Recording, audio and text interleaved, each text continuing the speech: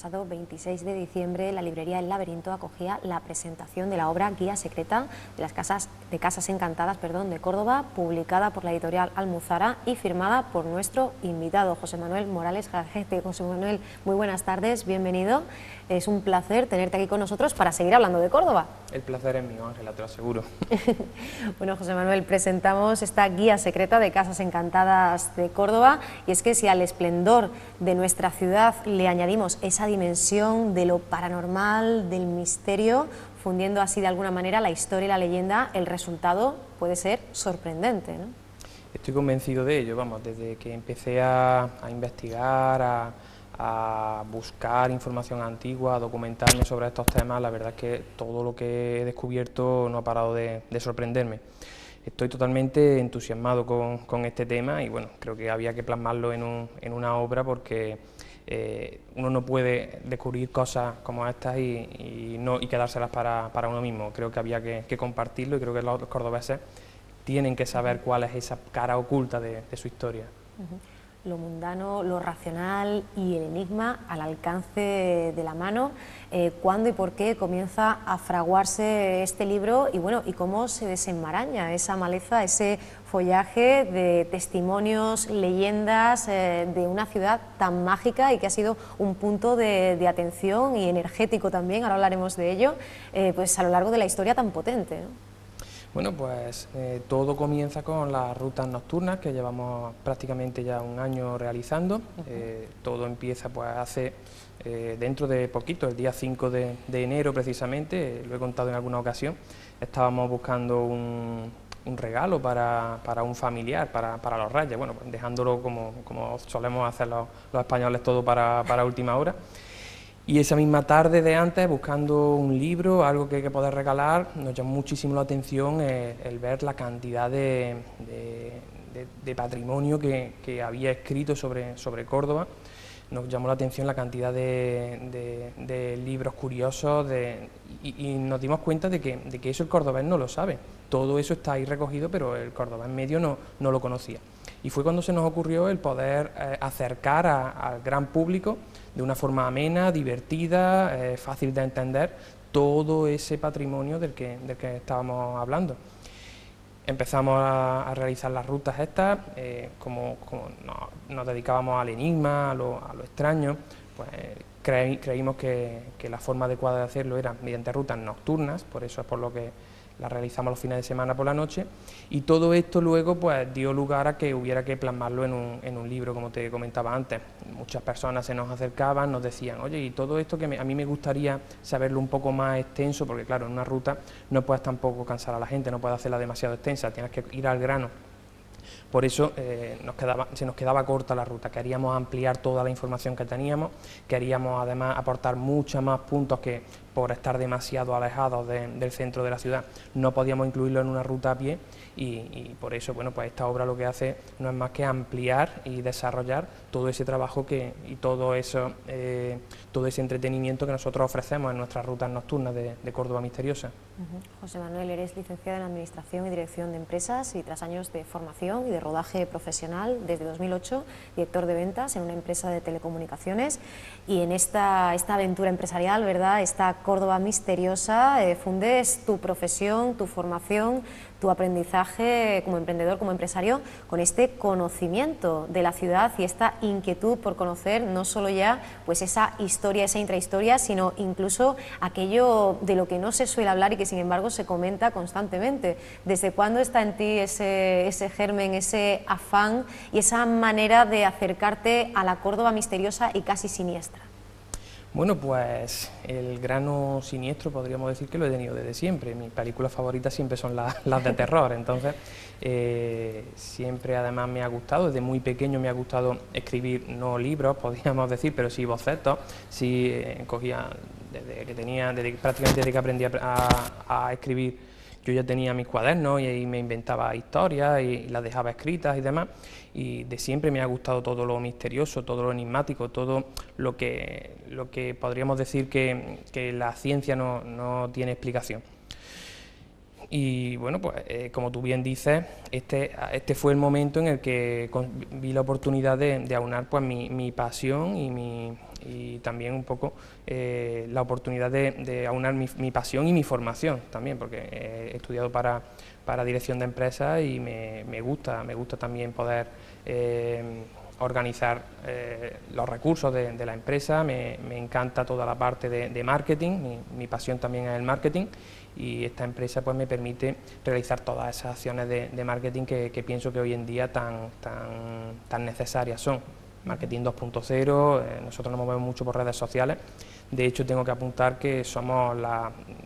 durante este año se podría decir que han surgido muchas rutas de este tipo misteriosas por toda España. De hecho, algunas nos han copiado a nosotros, otras no. Otras han surgido simplemente porque era el momento de realizarlas, de montarlas, y de todas ellas la nuestra es la que tiene más seguidores de toda España en redes sociales. Por lo tanto, bueno, pues creo que eso también es un indicativo de que en Córdoba estos temas interesan. Eso no sería posible en una ciudad en la que la gente pensara que esto pues no es cierto o que esto no se está produciendo. Aquí sí hemos tenido ese calado, es precisamente por eso, porque en Córdoba a la gente le gustan estos temas, la gente cree en que estas cosas ocurren, y de hecho son muchísimos las pruebas de que han ocurrido cosas o fenómenos para los que la ciencia todavía no ha encontrado una explicación, y todo eso está recogido en el libro, y todo eso la gente de la calle también lo comenta, lo habla y lo difunde. Nosotros lo único que hemos hecho es recoger todos esos testimonios y aglutinarlos en esta obra. Córdoba Misteriosa, que por cierto nacía hace muy poquito, el año pasado. Eso también nos da una muestra, ¿no? Un reflejo del impacto que ha tenido y del hueco que venía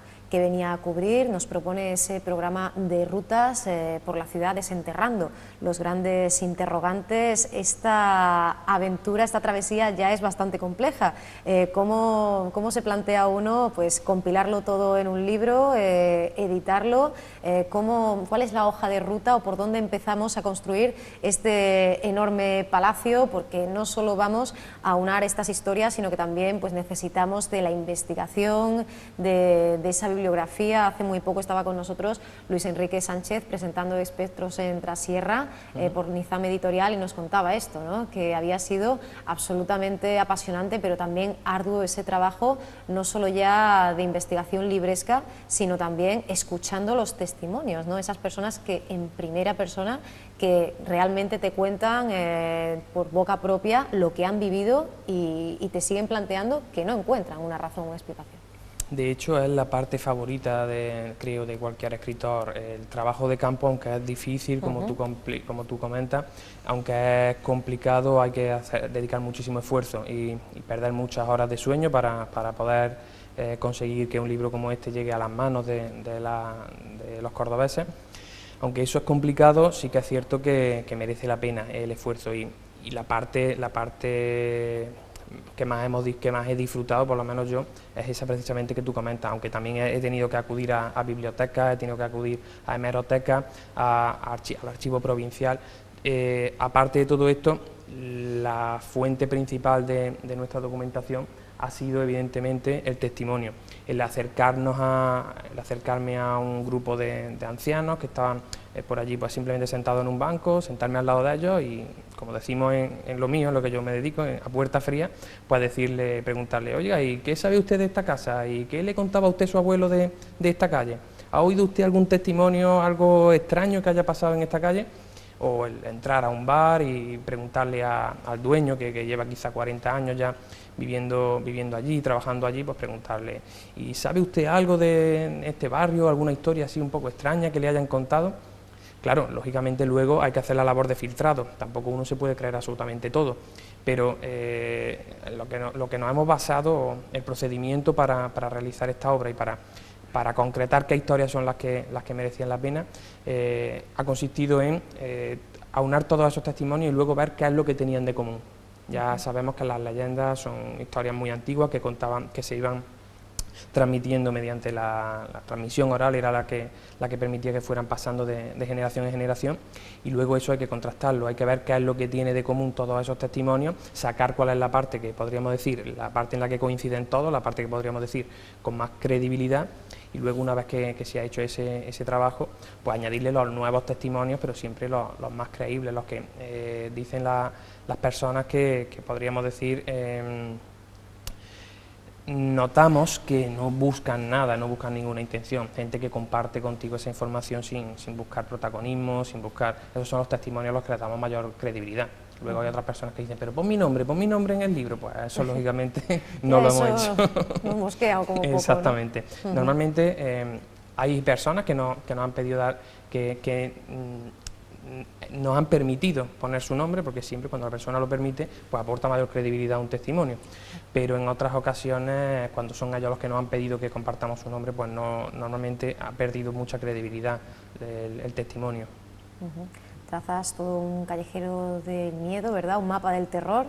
Dices que Córdoba es una ciudad idónea para ello y, bueno, pues no en balde, no en vano, pues ha sido un punto de atención, todo un imán para científicos e investigadores de lo esotérico, de lo extrasensorial,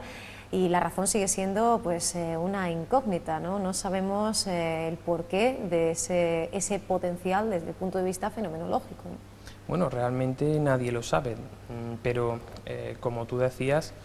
sí que es cierto que en relación con la cantidad de población que tenemos en Córdoba y el número de fenómenos extraños, de edificios supuestamente encantados y demás, podríamos decir que estamos ante la ciudad con mayor grado de actividad paranormal prácticamente de España. Es que es difícil encontrar una persona que no haya vivido, quizá no directamente, pero sí por mediación de alguna persona cercana, algún fenómeno así extraño o sin explicación. Creo que Córdoba es una ciudad que encierra grandes misterios y que aún no se han revelado, pero bueno, nosotros ayudamos un poco con esta obra a que cada vez esté más cerca la solución a este enigma. Una obra que desde el punto de vista narratológico pues intercala testimonios contados en primera persona, ¿verdad? Y también otros en tercera, pero siempre con un lenguaje pues muy cercano, muy directo, y que pretende llevar esas historias, por antiguas que sean, al presente, ¿no? Además encontramos diferentes historias en las que se repiten un poco los mismos ingredientes. De hecho, la que abre toda esta guía secreta, pues lo tiene todo, ¿no? Esa trabajadora que accede a un edificio histórico y que se encuentra en ese monumento con un fenómeno paranormal o con una experiencia que no sabe explicar. Esto nos lleva en este caso a la Facultad de Derecho, pero podría hacerlo al Conservatorio de Danza, al Palacio de Oribe, a la Facultad de Filosofía y Letras y, bueno, por no hablar de edificios particulares, ¿no? Efectivamente, la Facultad de Derecho quizás es el edificio más conocido, pero en Córdoba tenemos otras plazas, otros monumentos en los que, bueno, pues trabajadores, personal de mantenimiento, todo tipo de personal de mantenimiento, las universidades, sabemos que anteriormente han sido hospitales, lugares donde la muerte y el sufrimiento se ha vivido muy de cerca. Y esto hace que sean, bueno, pues que tengan todos los ingredientes para que este tipo de fenómenos se produzcan. Por eso en Córdoba prácticamente en todas las universidades hay historias, en todas se cuenta algún fenómeno para el que difícilmente encontramos explicación, pero no solo las universidades, que son quizás las que son más conocidas. En la Plaza de Capuchinos pues existe una antigua leyenda que habla de un encapuchado que pasa o pasaba por allí y que se aparecía justo a las 12 de la noche. Tenemos otros lugares realmente mágicos, el callejón de Valdés Leal. Por el centro hay muchísimas calles, muchísimas casas particulares en las cuales se han producido fenómenos poltergeist. Han venido investigadores de toda España a tratar de averiguar, a tratar de encontrar qué es lo que lo genera, y en algunas ocasiones lo han encontrado el origen de los fenómenos, pero en otras para nada. Y quería también decir que, igual que la Facultad de Derecho, que quizás es el más conocido, es la que abre el libro, mi preferido de todos estos lugares, de todos estos enclaves, es sin lugar a dudas el que lo cierra, el Seminario de Hornachuelos, el Monasterio de Santa María de los Ángeles, un lugar realmente marcado por la leyenda, realmente marcado por una supuesta maldición, que hablaba de que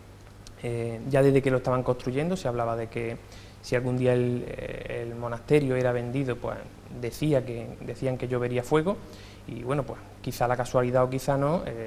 durante una etapa de unos 150 años se produjeron 3 incendios consecutivos. Cada vez que el monasterio se estaba recuperando económicamente, un nuevo incendio lo devastaba todo, hacía que volvieran casi a empezar, y bueno, pues todo esto hace que el lugar sea absolutamente mágico. Además, el paraje es incomparable, cuesta trabajo llegar, eso hace que sean pocos los que han disfrutado de ese magnífico paraje, de ese magnífico lugar. Y es un lugar donde uno entra y se siente totalmente observado, tiene casi 300 ventanas, desde las 300 ventanas parece que en cualquier momento va a aparecer alguien asomado mirándote, y por supuesto es un lugar donde tú estás solo o vas con tu grupo de amigos y vas escuchando ruidos en la planta alta, un lugar donde bueno, ha traído a investigadores de toda España, y todos se van satisfechos porque en la mayoría de los casos han conseguido grabar psicofonías, parafonías, que es algo mucho más difícil de conseguir, y han vivido todo tipo de situaciones extrañas. Senderistas, por allí cerca ha fallecido muchas personas, personas que se han caído por el barranco, personas que incluso se han refugiado en cuevas cercanas al monasterio, y han acabado muriendo en circunstancias difíciles, y todo eso no hace más que aumentar la leyenda de un lugar totalmente mágico y que hoy en día está abandonado, lo que ha hecho que haya facilitado que muchas personas hayan entrado y bueno, hayan vivido todo esto que te estoy contando, Ángela.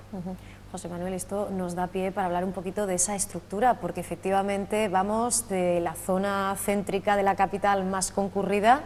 hasta, pues, por ejemplo, en medio de Sierra Morena, ¿no? Como hemos hablado antes de Hornachuelos, y de hecho hablamos por zonas de 4 en la capital, y en último apartado los fenómenos inexplicables se registran en la provincia, o sea que de paso nos permite conocer, ¿no? Córdoba en toda su dimensión a lo largo de esos puntos que han sido en algún momento objeto de fenómenos o de episodios de estas características. Tenemos absolutamente de todo. Hablabas bueno, pues de esas psicofonías, podemos hablar de posesiones, de exorcismos, pero que también podemos incluso mencionar una santa compañía, ¿no? No sé si en las proximidades de la Victoria. Sí, esa ha sido quizá la leyenda menos conocida de todas las que se incluyen en la obra, y la que quizá más trabajo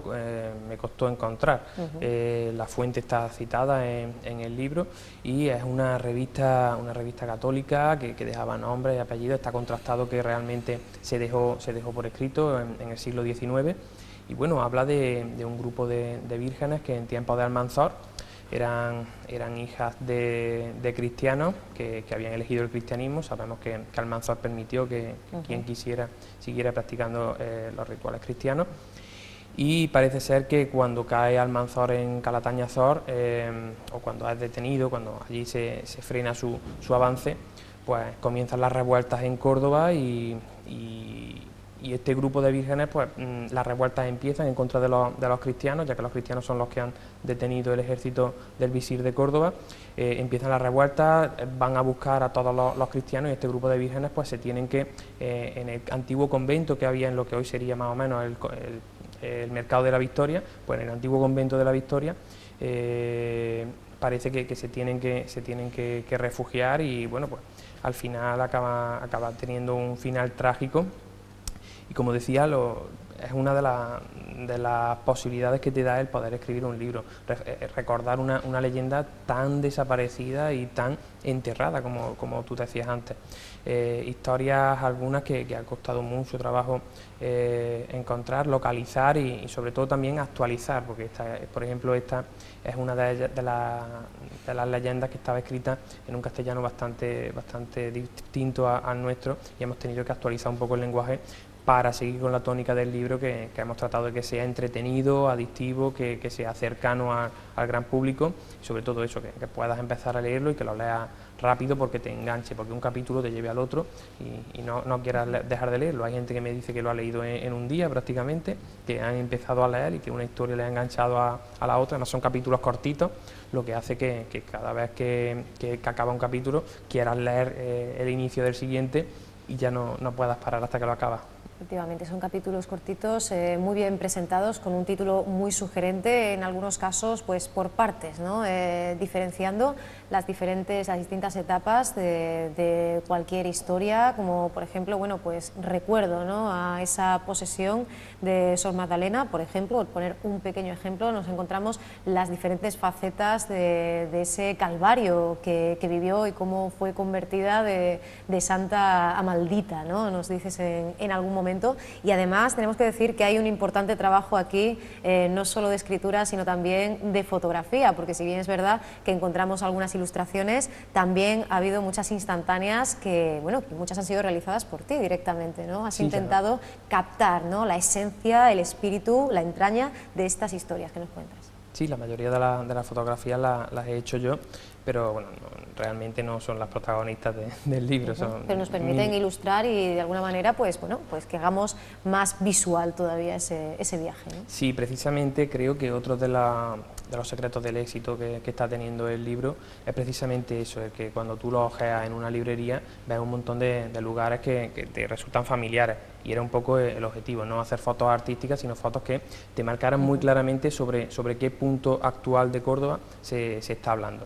Precisamente es lo que buscábamos también. Tú estás de turismo en Barcelona, te cuentan que en esa casa ocurren fenómenos o que la casa está supuestamente encantada y vale, te parece muy bien porque no vas a volver a lo mejor a pasar por allí. Pero cuando lees un libro de estos, lo que conseguimos es que la persona se quede pensando, cada vez que pase por ese punto se acuerde de la historia que leyó y refresque todos esos sentimientos, todas esas emociones que ha vivido cuando ha leído el libro. Entonces era un poco el objetivo, que fuera un libro muy cercano, de lugares que estuvieran pues cerca del lugar de trabajo, del lugar donde uno estudia, y si no es tu lugar de trabajo, del que estudia tu compañero, del que estudia tu amigo, que es un libro que te da también tema de conversación, porque a lo mejor, bueno, pues tú no estudias en filosofía y letras, pero tienes un amigo que estudia o trabaja allí y puedes contarle cuando lo ves, oye, pues me he enterado que donde tú trabajas ocurre esto, donde tú estudias cuentan los alumnos esto otro. Se trata también de precisamente eso, de conseguir que el lector, pues cuando lea todas estas historias, le dé tema de conversación, le dé cosas para pensar y que esto sea solamente el inicio de ese gusto por lo enigmático, por el misterio, que luego ya ellos sean los que sigan comentando, hablando y debatiendo sobre todos estos temas. Queremos crear debate, queremos que la gente hable, que la gente investigue por su cuenta sobre todos estos temas, sobre todos estos misterios. Bueno, a ver si entre todos les encontramos una solución. Y más allá de lo propiamente pues misterioso, mistérico, pues también que conozcamos mejor Córdoba o que nos acerquemos a la ciudad, algo que se ha cuidado muchísimo desde la propia maquetación de la portada por parte de Almuzara, con este juego de texturas y estas imágenes que desde luego son muy evocadoras y muy sugerentes. Antes con Manuel Ángel García Parodi hacíamos referencia a ese jinete lorquiano y aquí con esta calavera sobre el puente romano y además con la calahorra presidiendo, desde luego nos hacemos una idea, ¿no?, de que nos acercamos a una ciudad sencillamente mágica, ¿no? Sí, la verdad es que hay que felicitar a Editorial Almuzara, en especial a Antonio Cuesta, que es quien se ha dedicado en especial a la maquetación del libro, y creo que el trabajo que han conseguido es fantástico. De hecho, para mí es un auténtico orgullo que mi primera obra pues se haya editado con una de las editoras más importantes, bueno, pues la más importante de España, de Córdoba, una de las más importantes de España y que tiene sedes incluso en Sudamérica, o sea que bueno, pues, empezar ya por ahí es un auténtico lujo. Y la verdad es que todos son buenas noticias. El libro se está agotando en las librerías y la verdad que bueno, la cosa no puede ir mejor, no sé ya cómo podemos mejorar, pero bueno, trataremos de hacerlo porque en cuanto se agote esta primera edición, pues tenemos intención de sacar una segunda y cada vez pues ir mejorando la obra y mejorando el trabajo que hemos realizado. Bueno, y quizá estas más de 200 páginas, 217 si no me equivoco, puedan ser incluso un primer volumen o una primera parte, porque estoy convencida de que a pesar de tu conocimiento previo sobre el asunto, te ha abierto este proceso de investigación ventanas, ¿no?, a otras historias, a otras leyendas, al inicio, a la punta de ese iceberg qué es lo paranormal en esta ciudad, ¿no? Efectivamente, como tú bien has dicho, este libro, estas más de 200 páginas, no es más que la punta del iceberg. Hemos procurado seleccionar para este primer volumen lo mejor de lo mejor de lo mejor, pero tenemos una base de datos de historias increíbles, algunas que no hemos incluido quizás por no estar totalmente cotejadas, por no estar totalmente demostradas de momento, pero que quizás en un futuro sí podamos cotejar, demostrar y incluir. Y por otro lado, bueno, pues hemos también tratado de que el recorrido se quede por la zona centro, pero de otros barrios. Tenemos también cantidad de casas supuestamente encantadas, de lugares que nos han dicho, que nos han pedido que investiguemos. Tenemos también la suerte de que al tener la ruta nocturna, las personas que vienen a realizar la ruta luego se quedan hablando con nosotros, con los guías, y nos cuentan pues cantidad de historias, nos dicen,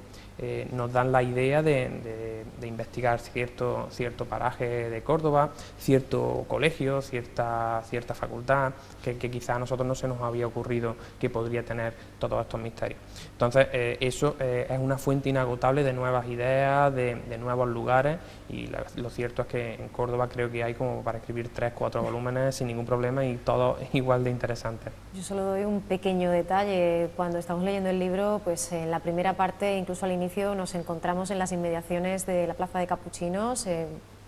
justamente bajo el Cristo de los Faroles, pero es que en la segunda mitad, ya en la recta final casi, volvemos, ¿no?, a este siempre enigmático lugar, lo cual ya nos da una idea, nos refleja que ni siquiera basta con un paseo, ¿no?, con una visita, hay que volver y volver, ¿no?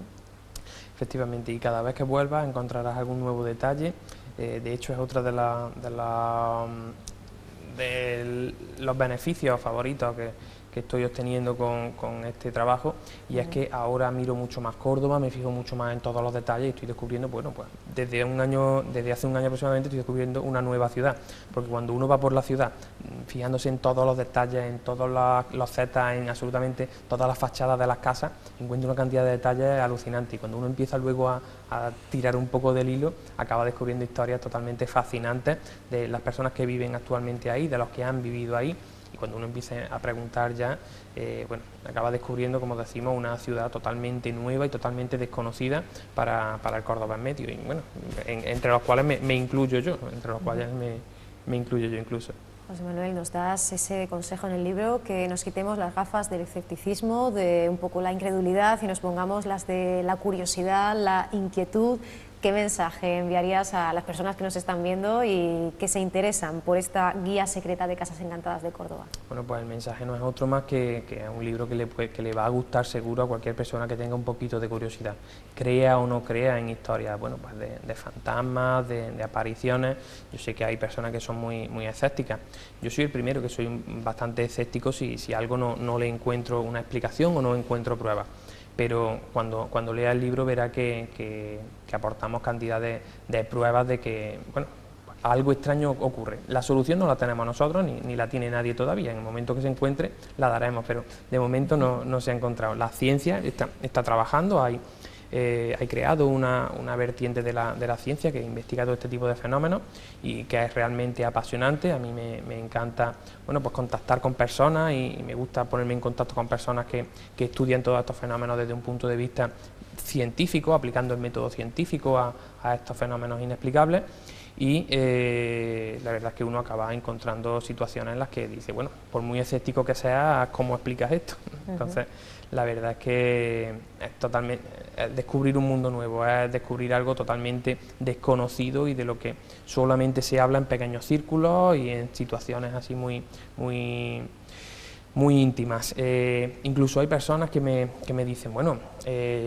esto tiene que ser mentira porque yo estudio en tal sitio y a mí esto no me lo ha contado nadie. Es que evidentemente las personas no cuentan estas cosas cuando les ocurren, las personas no van aireando todas estas cosas, te las cuentan en la intimidad y bueno, pues procurando también que no dé su nombre, porque parece que hoy en día si alguien cuenta abiertamente este tipo de fenómenos, este tipo de situaciones, lo van a tachar de loco. Entonces todo el mundo teme mucho a a ir hablando así claramente de estos temas, pero en la intimidad prácticamente todo el mundo tiene situaciones, y a mí me llaman muchísimo la atención, situaciones que, bueno, pues no tenían enjundia como para incluirlas en el libro, pero personas que me dicen, bueno, pues que han sentido sentarse a alguien en su cama, que luego han empezado las sábanas a caérsele, a ver cómo se encuentra explicación a algo así, a unas sábanas que empiezan a deslizarse y que tiene uno que agarrarlas para que no se caigan. La verdad es que es totalmente alucinante, totalmente a mí me entusiasma y bueno, pues esto es algo que engancha, es totalmente adictivo.